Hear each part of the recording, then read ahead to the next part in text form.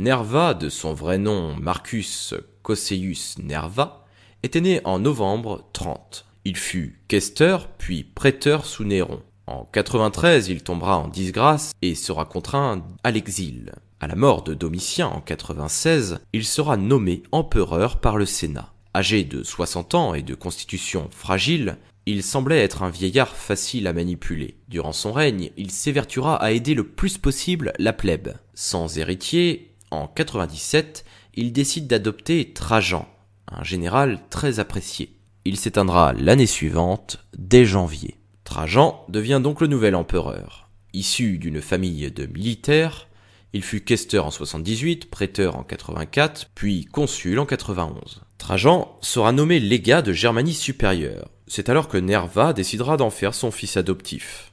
Devenu empereur en 98, Trajan effectuera de nombreuses conquêtes. Il commencera par s'attaquer à la Dacie. Trajan effectuera une guerre contre eux entre 105 et 106. La Dacie vaincue devient alors une province impériale. Durant ces 2 mêmes années, Rome interviendra également en Orient contre les Nabatéens. C'est ainsi que fut créée la province romaine d'Arabie. Une autre expédition aura lieu entre 114 et 116. Elle opposera l'Empire aux Parthes.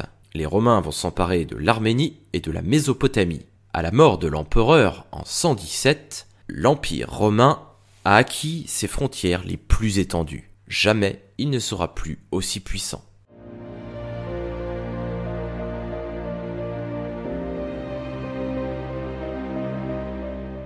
Né en janvier 76, Adrien épousera une petite nièce de l'empereur Trajan, Vibia Sabina. Il sera adopté par ce dernier et devient donc logiquement le nouvel empereur à la mort de Trajan en 117. À partir du règne d'Adrien, Rome ne fera plus aucune conquête, se contentant de protéger et de conserver les provinces déjà conquises. C'est ainsi qu'il abandonnera les provinces d'Arménie et de Mésopotamie.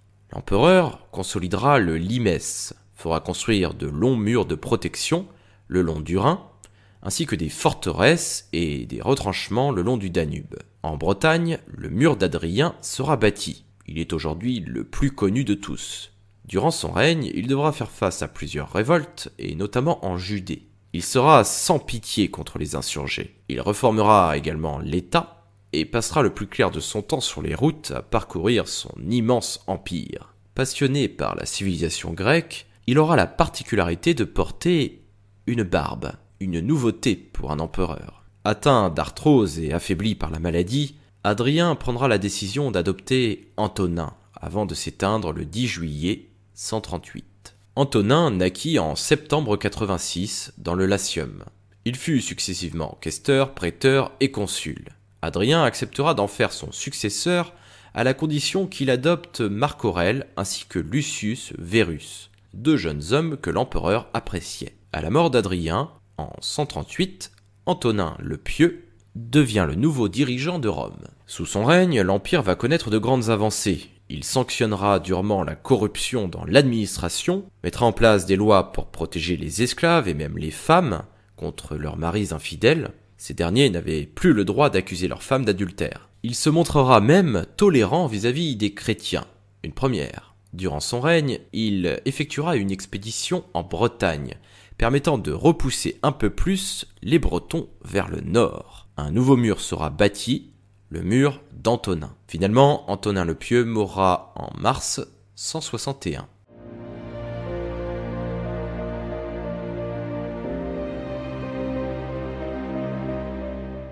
À la mort de l'empereur Antonin, ses 2 fils adoptifs, Marc Aurèle ainsi que Lucius Aurelius Verus, montent conjointement sur le trône. Les 2 dirigeants passeront le plus clair de leur temps à batailler afin de protéger l'immense frontière de l'Empire. Entre 161 et 166, ils affronteront les Parthes, et entre 166 et 180, les barbares le long du Danube. Empereur philosophe, Marc Aurèle avait néanmoins des côtés plus sombres, comme lorsqu'il autorisera le retour des persécutions contre les chrétiens. Son frère, Verus, mourra en 169, le laissant seul dirigeant de l'Empire. En 175, des rumeurs naquirent dans tout l'Empire, sous-entendant que l'empereur était mort d'une maladie. Le général Avidius Cassius va alors en profiter pour lever l'Orient et l'Égypte contre Marc Aurèle. Cependant, l'empereur va rapidement montrer des signes de vie et Cassius sera assassiné. Alors qu'il continuait de batailler contre les barbares en Pannonie, Marc Aurèle mourra probablement d'une maladie en 180. Il était âgé de 58 ans. Son fils biologique, Commode, lui succède logiquement.